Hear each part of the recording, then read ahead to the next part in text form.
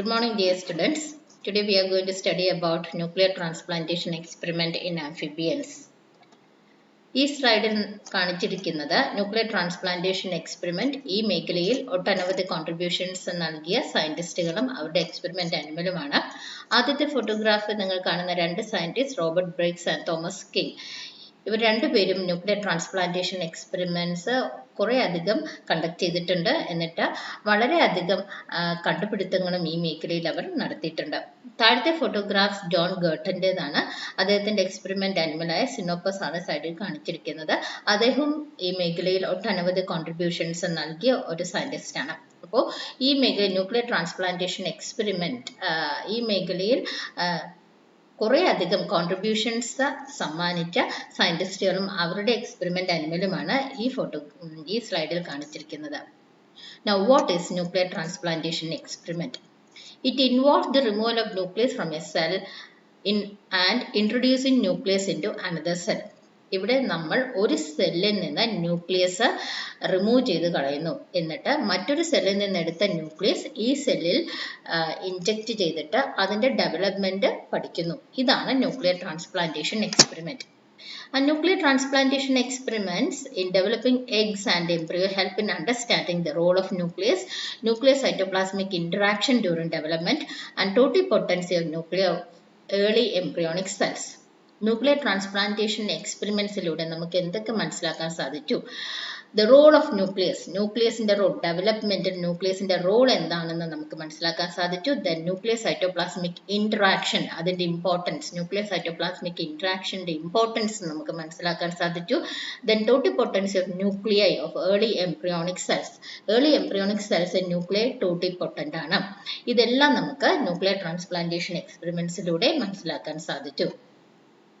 Briggs and King in 1953 carried out series of nuclear transplantation experiments in frog Rana pipiens. A nuclear transplantation experiment involves 3 steps: enucleation of recipient egg, isolation of donor nucleus, and injection of donor nucleus into recipient egg. നമുക്ക് ഓരോ step ആയിട്ട് നോക്കാം. First one is enucleation of recipient egg. ഇവിടെ നമ്മൾ ഒരു മെച്ചോ egg അല്ലെങ്കിൽ ഒരു മെച്ചോ ovum select ചെയ്യുന്നു. എന്നിട്ട് ഈ മെച്ചോ ഓവത്തിനെ ഒരു ഫൈൻ ഗ്ലാസ് നീഡിൽ വെച്ച് പ്രിക്ക് ചെയ്യുന്നു. അപ്പൊ എന്ത് സംഭവിക്കുന്നു? ആ ഓവം ന്യൂക്ലിയസ് അല്ലെങ്കിൽ egg nucleus it moves to the surface of the egg. അങ്ങനെ എഗിന്റെ സർഫസിൽ എത്തുന്ന ഓവം ന്യൂക്ലിയസിനെ അഥവാ എഗ് ന്യൂക്ലിയസിനെ നമ്മളൊരു മൈക്രോ നീഡിൽ ഉപയോഗിച്ച് റിമൂവ് ചെയ്ത് കളയുന്നു.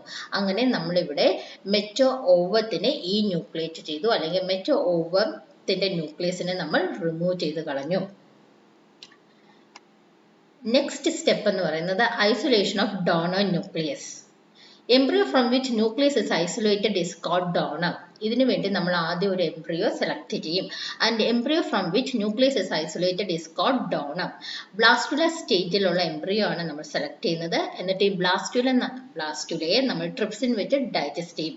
അപ്പോൾ ബ്ലാസ്റ്റുല എന്ത് ചെയ്യും? ബ്ലാസ്റ്റുല ഓരോരോ സെൽസ് ആയിട്ട് സെപ്പറേറ്റ് ചെയ്ത് നമുക്ക് കിട്ടും. ഓരോ ബ്ലാസ്റ്റോമിയർ ആയിട്ട് നമുക്ക് സെപ്പറേറ്റ് ചെയ്ത് കിട്ടും.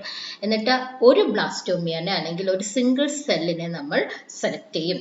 ഈ ബ്ലാസ്റ്റോമിയറിനെ ഒരു മൈക്രോ പിപ്പറ്റ് ഉപയോഗിച്ച് നമ്മൾ സക്ക് ചെയ്യും. And diameter of that micro pipette will be smaller than that of the cell.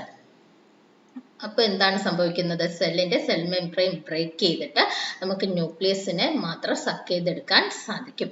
ഇങ്ങനെയാണ് നമ്മൾ ഡോണർ ന്യൂക്ലിയസിനെ ഐസൊലേറ്റ് ചെയ്തെടുക്കുന്നത്. അപ്പൊ ഡോണർ ന്യൂക്ലിയസ് ഐസൊലേറ്റ് ചെയ്തെടുക്കാൻ വേണ്ടി നമ്മൾ ആദ്യം ബ്ലാസ്റ്റുല സ്റ്റേജിലുള്ള ഒരു എംബ്രിയോ നമ്മൾ സെലക്ട് ചെയ്യും. എന്നിട്ട് ഈ ബ്ലാസ്റ്റുലയെ നമ്മൾ ട്രിപ്സിൻ വെച്ച് ട്രീറ്റ് ചെയ്യും. അപ്പൊ ബ്ലാസ്റ്റുല സ്പ്ലിറ്റ് ചെയ്ത് നമുക്ക് ഓരോരോ ബ്ലാസ്റ്റോമിയേഴ്സ് ആയിട്ട് ലഭിക്കും. ഇതിൽ നിന്ന് ഒരു ബ്ലാസ്റ്റോമിയറിനെ അല്ലെങ്കിൽ ഒരു സെല്ലിൻ നമ്മൾ സെലക്ട് ചെയ്യും. എന്നിട്ട് ഈ സെല്ലിനെ അല്ലെങ്കിൽ ഈ ബ്ലാസ്റ്റോമിയനെ നമ്മൾ മൈക്രോ പിപ്പറ്റ് ഉപയോഗിച്ച് സക്ക് ചെയ്യും.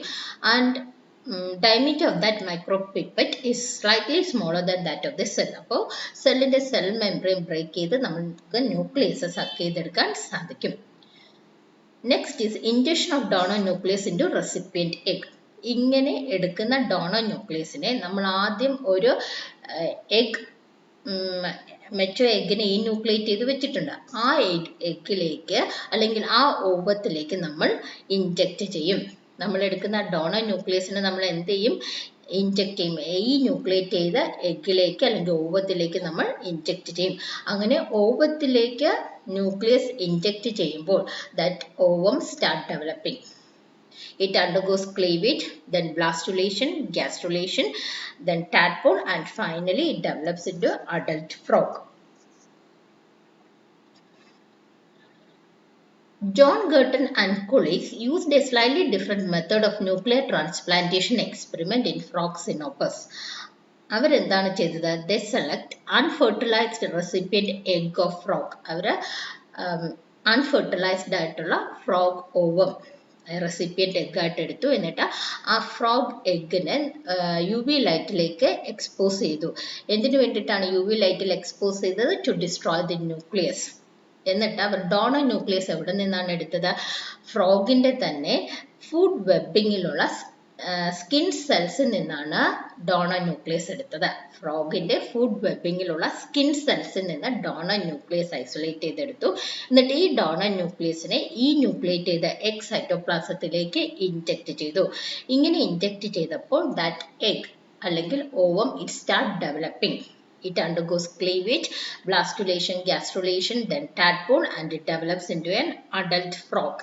ഈ എക്സ്പെരിമെന്റിൽ നിന്ന് എന്താണ് മനസ്സിലായത്? This experiment revealed that the nuclei of some differentiated cells remained totipotent even in the adult stage.